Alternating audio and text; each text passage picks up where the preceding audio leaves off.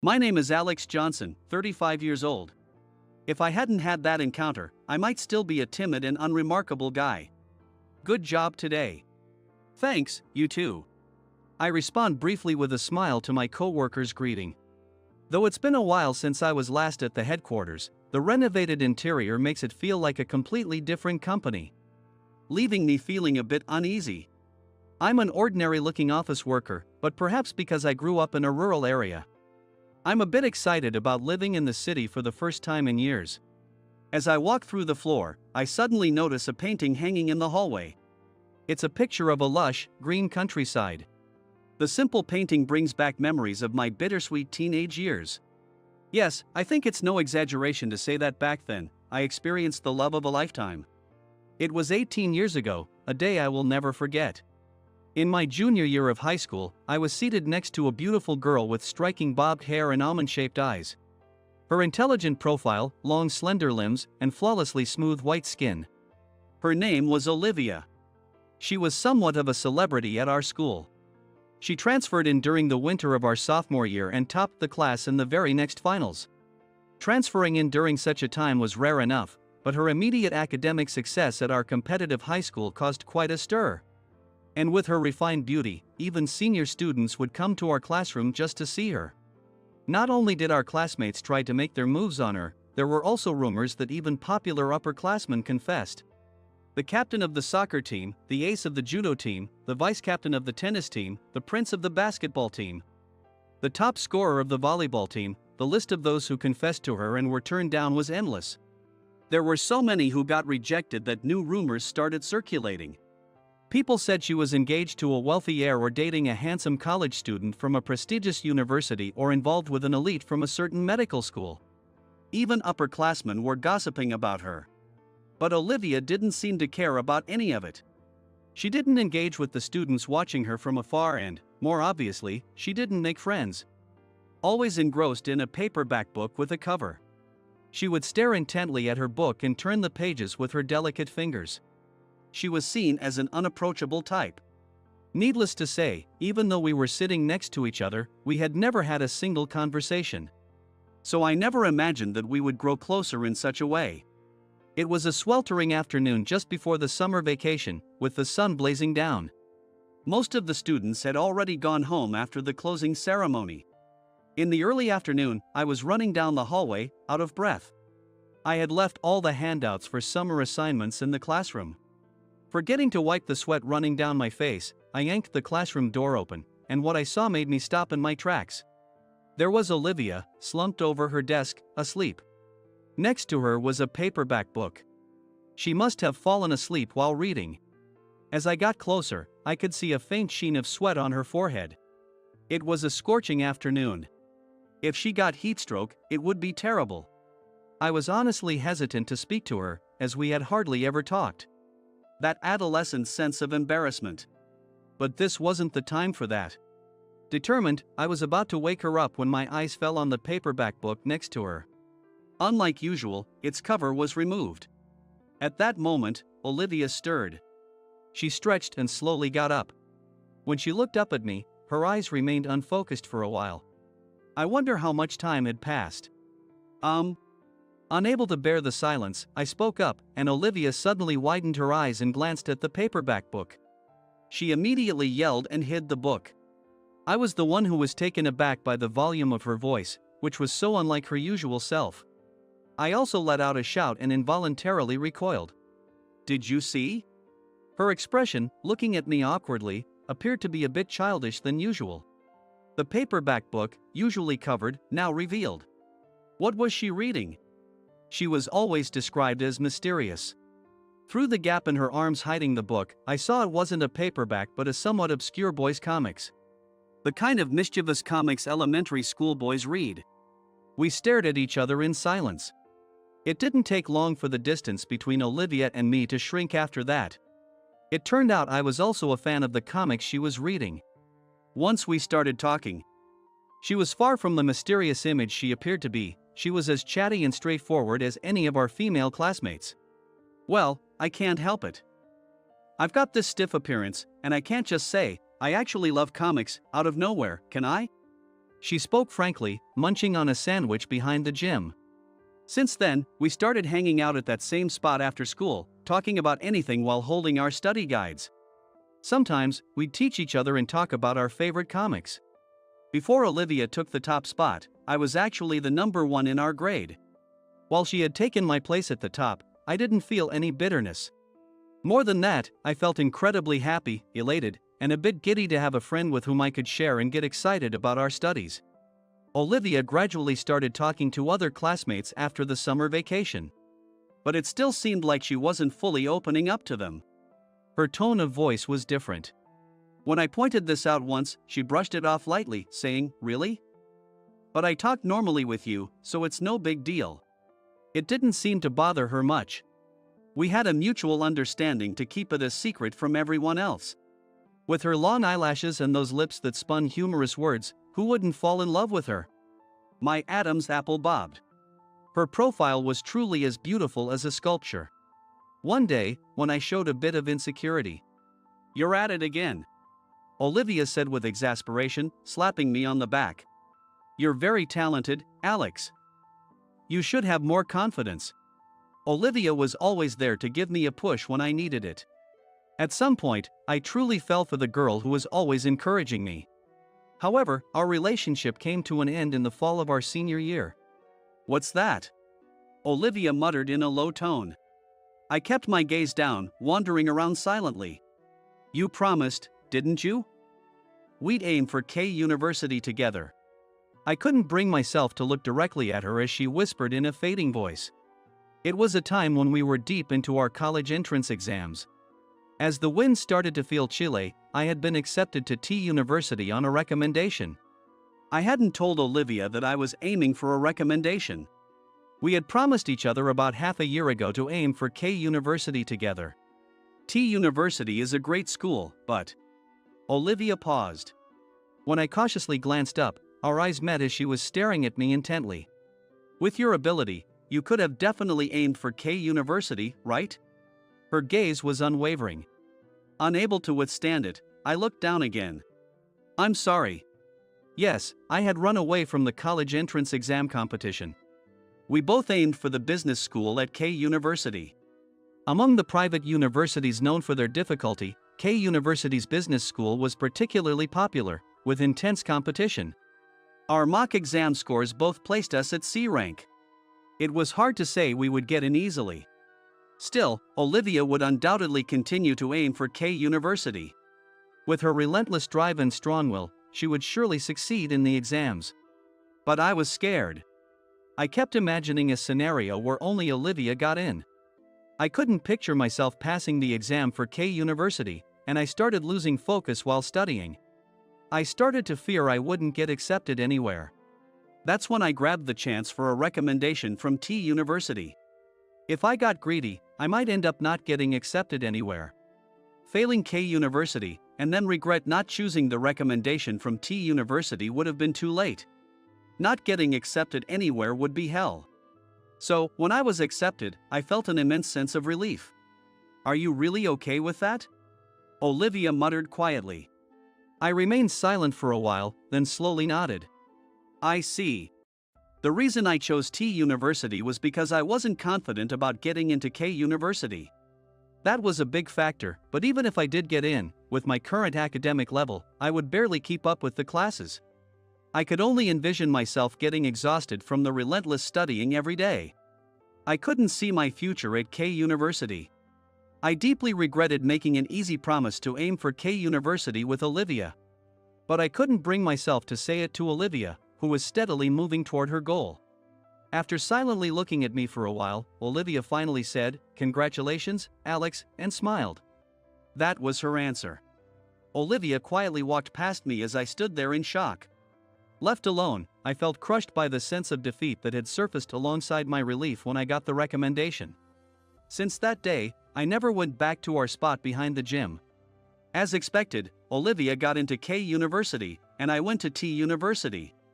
We both secured admission to prestigious universities and were congratulated by those around us, but we never exchanged smiles. We didn't keep in touch after that, and neither of us attended reunions, so I had no idea what Olivia was doing. 5 years after that farewell. At 23, I ran into Olivia by chance in the city. I was working for a company, and Olivia was working for another. We started meeting again, drawn to each other. We were probably just young back then. Now, I think I can understand your feelings and choices a little better, Alex. Olivia, now a bit more mature, said this with a smile. I didn't know what had happened. Olivia didn't want to talk about it, and I didn't push her. But Olivia often had a weary expression. Something must have changed her perspective. But Olivia never talked about it. Naturally, I didn't share anything about the 5 years after we parted ways. Not long after, we got married. However, less than a year later, I was assigned a new post overseas. Olivia didn't want to quit her job at the time, so she couldn't move with me, but she also didn't want to be in a long-distance relationship. So, within just a year of marriage, we faced our separation for the second time. I don't know where Olivia is or what she's doing now. But knowing Olivia, I'm sure she's still pushing forward and doing her best. Drawn in by a painting, I found myself uncharacteristically sentimental. My thoughts were brought back to reality by cheerful laughter coming from ahead. Shaking my head lightly, I looked up to see a man walking with exaggerated gestures, followed by a woman smiling slightly. As they passed by, the man's arm, gesturing grandly, bumped into my shoulder. Watch where you're going. It wasn't me who said that, it was him. Even though he was the one who bumped into me. Oh, sorry. I apologized reflexively. The woman behind him looked at me with a tense expression. Olivia. I found myself saying out loud. Alex. Huh? You know each other? The man looked at us, surprised. Why are you here? Ignoring the man, I spoke to Olivia. I got a new job 6 months ago. Olivia squinted nostalgically. Oh, an old classmate, huh? What a coincidence. The man, seemingly displeased with being left out, joined the conversation. Alex, right? Nice to meet you. I'm Joshua, head of the planning department. Joshua emphasized his title as head of the planning department. I remembered hearing about a young guy who had been promoted for his achievements 6 months ago. Our company, being a foreign firm, decided positions entirely based on merit, without regard for seniority. Some people even got promoted to executive positions in their 20s. Nice to meet you. Oh, don't worry about formalities. We're probably close in age, so no need to be overly polite. Joshua interrupted me with a friendly smile. He had a look that seemed to say, see how nice I am? By the way, Olivia is my direct subordinate. At first, I wondered if it was okay to have a newly joined woman suddenly in the planning department. But she's full of ideas and always reliable. My work wife. Joshua looked at Olivia, seeking her agreement with a right. Olivia smiled beautifully. Oh, please don't call me that. I'm the one who's always relying on you, Joshua. Joshua seemed satisfied with her response and nodded with a broad smile. From Olivia's reaction, it seemed my work wife was a term Joshua used to indicate he liked Olivia. Hey, you. Joshua shifted his gaze from Olivia to me, as if he had just remembered something. Newbie, could you go get us some coffee from over there? We just finished an important meeting. And I was thinking of taking a break with my work wife, Olivia. He pointed to a vending machine with a jerk of his chin. So, this is what they call being sent on an errand. Hey, Joshua, could you stop calling me your work wife? Oops, sorry. I just can't help saying it. You are just so adorable. Noticing my dumbfounded expression, Joshua added, don't worry, I'll pay for it. I only have a $100 bill right now. Let me know your department and name later, he said, waving his hand as he headed toward the break room. I sighed and thought, do I have any change? As I started toward the vending machine. Just then, it happened. Mr. Vice President. Everyone stopped in their tracks at the voice coming from behind. Turning around, I saw a tall, slender woman with a slightly stern expression standing there. What are you doing here? She walked briskly toward me and handed me a stack of documents. Chairman Miller has been looking for you. I've prepared the requested materials, so please review them before the meeting starts. Joshua and Olivia were speechless. I awkwardly accepted the documents from the woman. The meeting isn't until this evening. I was trying to avoid being caught. I understand, but it's important to have tea with the executives. I didn't say it out loud, but my thoughts, most of his talk is just complaining, and I hate it, must have shown on my face. The woman sighed and said, I've informed them that you have been summoned by President Davis before the meeting, so it will be brief. Hearing this, I made a small victory gesture, which seemed to confuse Joshua even more. No way, Vice President? Yes, exactly. The woman cut off Joshua. The official announcement was made at noon today, so it's understandable that you weren't aware. Mr. Johnson will be promoted to Vice President starting next month. I am Katie, his secretary. Katie gave a slight bow to Joshua and Olivia. Joshua's face turned pale as he opened and closed his mouth wordlessly. Behind him, Olivia, with wide eyes, stared at me. I shrugged slightly. Sorry, did I surprise you? It's more than just a surprise. Olivia bit into a sandwich at a nearby cafe. Her manner of speaking and the way she ate hadn't changed since those days, and I found myself smiling unconsciously. After that, Joshua apologized profusely to me, almost in tears. Watching him with a cold gaze, I quietly asked Katie before the meeting. Was it really necessary to call me vice president in front of them when my appointment is next month? She deeply bowed, saying, I'm sorry, I got a little angry. President Davis, who had been watching this exchange, just laughed. Vice President, really? You've worked so hard. Olivia murmured, placing her sandwich on the table and reaching for her coffee. Back in high school, Olivia loved sweet things. Now she drinks black coffee, I noted to myself. I always felt I needed to properly apologize and thank you, Olivia. Olivia's eyes wavered with confusion. What do you mean? For breaking our promise, and for breaking up when I moved overseas. You were right, Alex. Like I mentioned before, I understand even better now. I started sharing a story with Olivia that I had never told before.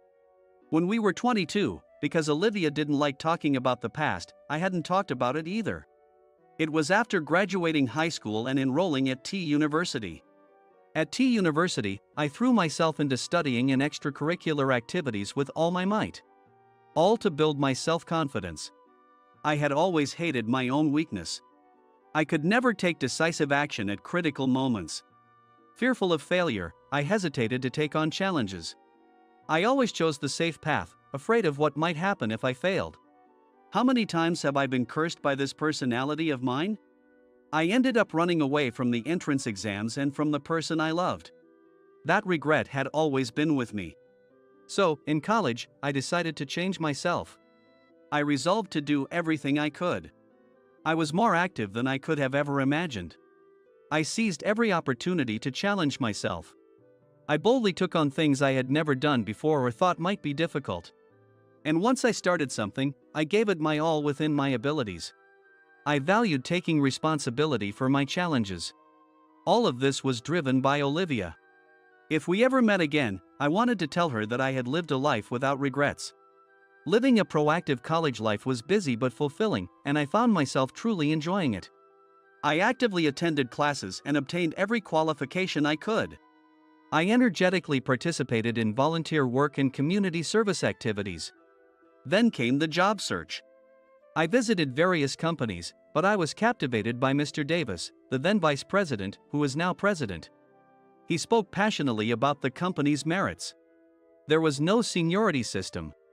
Everything was merit-based. I wanted to test myself in such an environment, and it's been 13 years since I decided to join the company. I never imagined I'd make vice president. I took a sip of coffee to hide my slight embarrassment. Olivia, who had been staring at me, sighed and looked down. I never talked about it, but back during the college entrance exams, I thought you were a fool for running away from yourself, Alex. No matter how tough it got, if you hadn't run away back then, we could have both gotten into K University and had an exciting college life together. Olivia's words were spot on. Yeah, you're right. I did run away back then. No, you didn't. Olivia lifted her gaze to me. You were right. If you weren't confident, it was okay to run. I realized later that forcing yourself to fight despite the burden on your heart isn't the only correct answer. As she spoke, Olivia looked down again. Her long eyelashes were the same, but she seemed less confident than before, which had always concerned me. Then Olivia began to speak, hesitantly, about her life after graduation, something she had never talked about before. She entered K University, meeting everyone's expectations. She aimed to have the best college life after enrolling. But K University was tough. She found herself surrounded by extremely smart people and felt an insurmountable wall, no matter how hard she studied. Keeping up with the classes was all she could manage. She couldn't understand the material, and assignments took her 10 times longer than others, yielding poor grades. Despite her efforts, her grades didn't improve. Worse yet, she was outperformed by people who treated their studies half-heartedly. Olivia's motivation had always been to work hard and achieve good grades to get results. The harder she worked, the better the results would be. She loved the moments when she could see the results of her efforts and praise herself. She enjoyed feeling that all her hard work had paid off. But gradually, her efforts stopped leading to results. No matter how hard she tried, she couldn't get good results. She kept getting overtaken by her peers. If it was this hard in the first year, she feared she would fall behind even more in the increasingly specialized second and third years. She was overwhelmed by a vague sense of fear every day. Even if she dedicated all her time to studying, sacrificing socializing, meals with friends, and extracurricular activities, her results barely scraped by. The classes were fast-paced, and she couldn't keep up.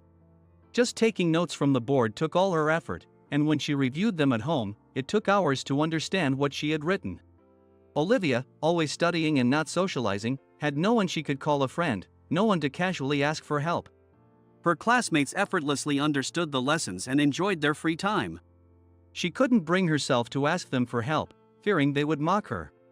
She couldn't admit to anyone that despite studying constantly, she could barely keep up with the class. She couldn't ask the teachers directly. She had no friends. She couldn't talk to her parents about it either. Her parents, who had always seen her as an exemplary student, would be saddened to hear she was struggling so much in college. They might be disappointed in her. Olivia, feeling desperate, strained herself until she couldn't attend university anymore. It took me a year to recover, both mentally and physically. Of course, I had to repeat a year, Olivia said with a self-deprecating laugh. Even when she wanted to work hard, her body wouldn't move. She couldn't even think straight. Her mind was in a fog. Even taking a bath or having a meal was a struggle for me back then. When she tried to go to school, she would turn back at the gate, overcome with fear. When she tried to open a textbook, her hands would tremble. She felt an overwhelming urge to escape. Her heart would race, and she couldn't stay still. This state of affairs went on, back and forth, until a year had passed before she realized it. She felt like a failure for making her parents sad. While others were enjoying their classes, why was she unable to do anything? She often blamed herself. However, her parents didn't blame her. You've done nothing wrong. You just overworked yourself and it's like your heart has caught a cold. Rest a bit, and you'll be back to your old self. Don't rush, just focus on resting for now. Those words saved Olivia. She realized it wasn't because she was weak. Being told this allowed her to forgive herself. Returning to university was initially terrifying. She feared facing her own inadequacies and breaking again. But Olivia kept fighting. She managed to overcome her setbacks with sheer determination, gradually attending classes regularly, and eventually graduated. She chose a stable job, but time passed without feeling fulfilled. Around this time, we met again, but Olivia couldn't talk about her college struggles because of what she had said to me in high school. At first, she was nervous that I might ask, but when I didn't, she felt relieved and realized she loved that about me even more. We got married and then separated a year later. After we split, I spent years convincing myself that it was for the best and that I needed to work hard to catch up on what I had missed and get back on the elite track. I worried my parents would be disappointed, thinking I was supposed to be more capable. But then I found you on a job hunting website by chance. I almost spit out my coffee at her words. I remembered doing an interview for job seekers within the company a year ago. I thought it was a mistake at first. Reading about an executive flying around to overseas offices and research facilities while concurrently working as a senior manager. I knew you had gone abroad, but I didn't realize it was such a big deal. When we were married, you never talked much about your work. So I didn't know. The company had changed its name since then, so I didn't even think it was the same place you worked. Olivia smiled wryly as she sipped her coffee. I saw you steadily advancing in your career and wondered what I had been doing. What had I accomplished? I felt restless. I scratched my chin, unable to meet her eyes directly. When I glanced at her, I noticed that the uncertainty in her expression seemed to have softened a bit. I'm really glad I met you again. I wished I could have met you after I'd become more confident, though. Olivia lowered her gaze for a moment, then looked up with a resolute smile. I'm planning to take on a new challenge if I can achieve some success in the planning department. Will you support me then? Her confident tone made me nod without hesitation. Of course. I'll do everything I can to help. I wouldn't be where I am today without you, Olivia. And I wouldn't have recovered without you, Alex. There were so many times I almost gave up, but each time, I thought of you and pushed through. Wanting to be someone you wouldn't be ashamed of became my motivation. Almost instinctively, we both reached out. We shook hands firmly and finally exchanged words of reunion. It's good to see you again after so long. Yes, it's really good to see you too, Alex. After that, we never met alone again. I finally understood Olivia's past. Her troubled face when she was 23 and her refusal to quit her job or accept a long-distance marriage after we got married now made sense. Olivia was desperate. She wasn't just fighting as a wife but as an individual, striving to keep up with me and our peers. She was striving to be someone she could be proud of, someone she could think was doing her best. For her, that measure of effort was her job. Understanding this gave me a sense of clarity. At the same time, it felt like I had finally resolved the bitter separations we had at 18 and 23. 5 years later, Olivia became our company's first female overseas branch manager and went abroad. Despite being busy with business expansion, my days have been fulfilling. 3 years ago, I married Katie, whom I had been secretly dating since joining the company, and we had our first child a year ago. I was a bit late to become a father, but I'm giving my all. I participated in relay races and parent-child competitions at school events. Though nothing reignited between Olivia and me, we now motivate each other as old friends. Having experience in an overseas branch, I have online meetings with Olivia several times a month. Seeing her grow more confident and formidable inspires me and boosts my motivation. My wife supports and watches over this warmly. Running away and facing challenges without fear. Both are important and both are correct. Being honest with your feelings and facing them truthfully. Doing the best you can at that moment. That will surely guide your life in a good direction. If you're too hard on yourself, it's easy to break down. So, value yourself and those around you. I've learned that it's important to continue on your own path. Cherishing your heart and decide how to color your life. Sometimes I will make mistakes. But without fearing them, I will keep looking ahead and moving forward.